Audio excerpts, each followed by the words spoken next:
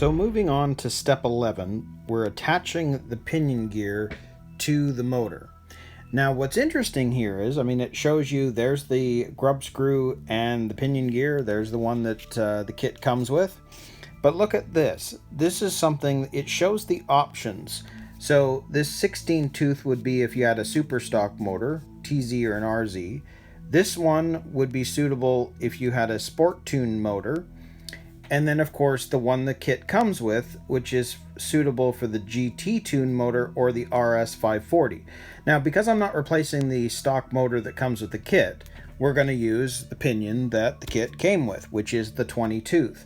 But what's interesting is you're now seeing that if you decided to buy the sport tuned or the super stock, these are the pinions that they're suggesting that you get.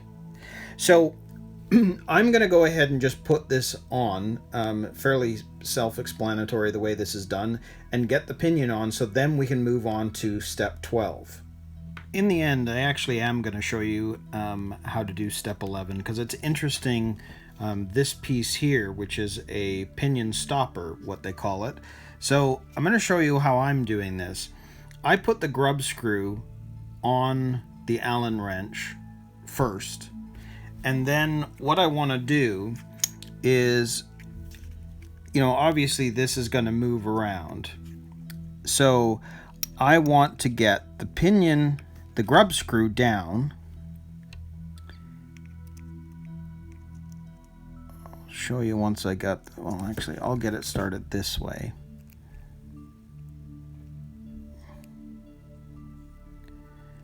I want to get it in the pinion. And I want to get it down enough that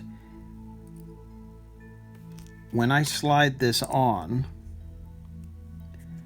I want to screw this in just enough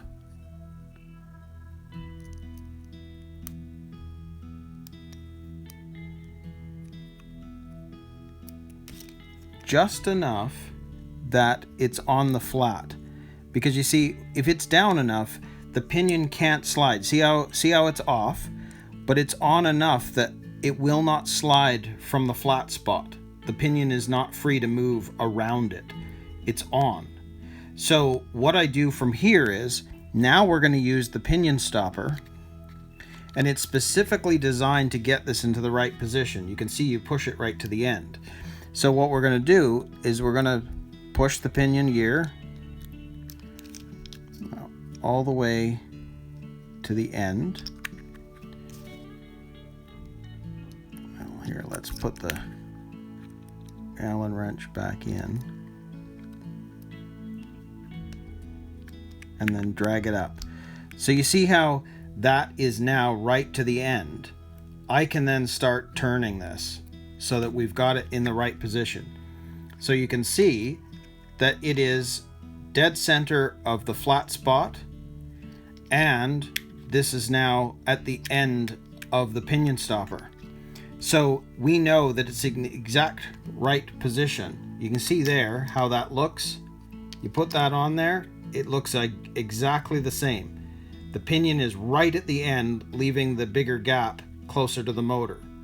So now I can just take the Allen wrench and just to really tighten it now.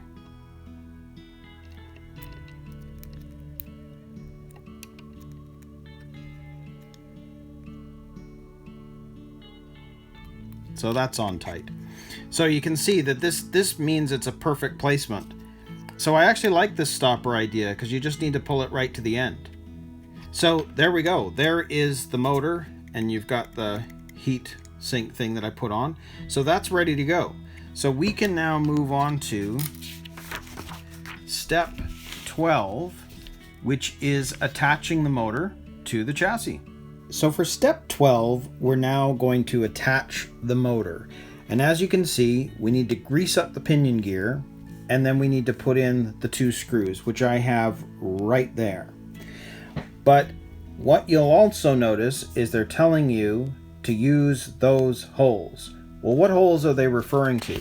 Well, if you go back to 11, it showed you that there's a 20 tooth, which is the pinion that we've got, that was stock with the kit, an 18 tooth, and a 16 tooth. So they're showing you the options of pinions for this kit. Well, when you look at the actual chassis, notice that it says 20 tooth, 18 tooth, 16 tooth. So depending on what pinion you have, that will determine where you put the screw. So, we're obviously going to put the screw right up here at the 20, and then the coinciding hole on the bottom, and then we're done. So I'm just going to go ahead and screw this in and grease it up, and we'll move on to the next step. Moving on to step 13, we're now going to do the damper assembly, and we're going to be building all 4. You can see there, and we've moved on to bag B now for steps 13 through 18. So I'm going to show you how to build 1, and then I'm going to build the other 3. So I'll just pull together, I'm just going to take off some more of the burbs that came off the plastic, but there's all the parts needed for building the shocks, and we'll get started. So I've already built 2 of the dampers, and I'm going to show you how to build one on camera. I have to say, this is the simplest damper assembly I have ever seen or built on any vehicle I have ever done. Normally there's usually that metal cylinder that you have to screw into the bottom, and it all works together like that. This is not like that. So if you take one of these end bits, you can see there's a hole on one end. So what you need to do is grab one of these bits, and where there's an opening, put that over top of it. The hole is there. You grab one of these pieces here, and we're going to slide it in or over so that it goes, that centerpiece goes into the hole. Top piece is built. So then you have the plastic washer ring that I'll put up on there. And then you have the next bit, which is the spring. Which seems to be caught with this other one. There we go. Which is the spring, which we're going to put on there. And then you take, and you can see the picture image of it looking that way when you put it in. You put it in, and then you turn it clockwise to lock it in place. So there's your damper. It's as simple as that. There's not a lot needed to build this, no screwing or anything. So it's quick. So there's a damper. I'll finish the last one and we'll move on to the next step. Okay, so all of the dampers are built. So we can move on to step 14, which is attaching the front dampers. And as you can see, we need this piece C2, which I have right here. And we're going to be attaching those front ones to the arms, etc. So here we have the screws that are going to be needed for this step. So we'll get started putting them on.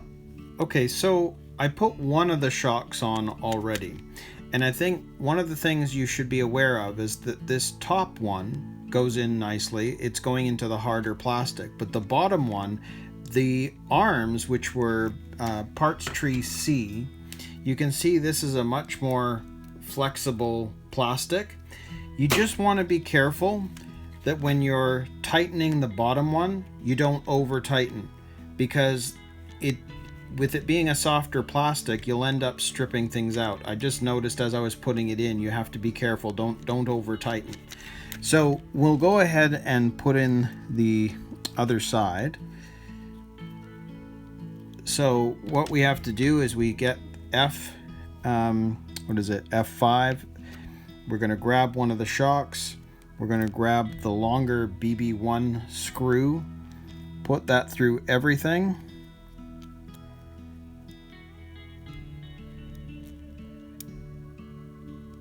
And attach it to the top right here. So I'll start screwing this one in.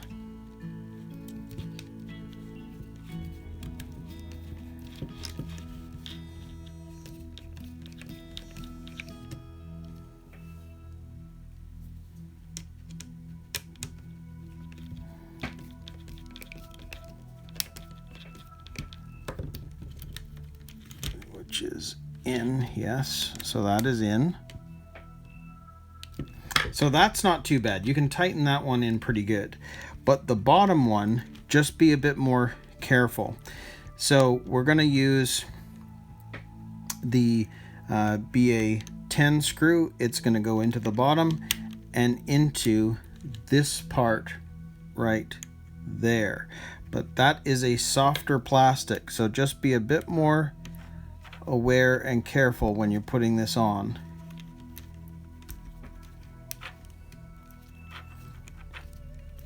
And you can feel that it's easier going in because it is that softer plastic. So I'll take a closer look at it in a minute and just make sure that it's fully in and it's not stripping.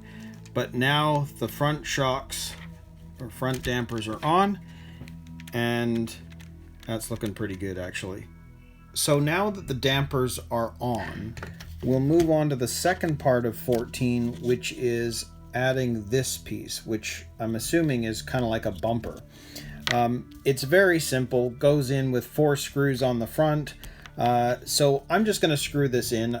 It's pretty simple. Okay, so there is that front protective bumper. You can tell that it's protecting the shocks as well, because they're obviously hidden in behind it. So I think it's providing, you know, that is a bumper of some sort, and it's protecting the shock. So that's cool. So that's finished. So we can now move on to step 15, which is attaching the rear upper arms. So I'll pull together everything we need for this step.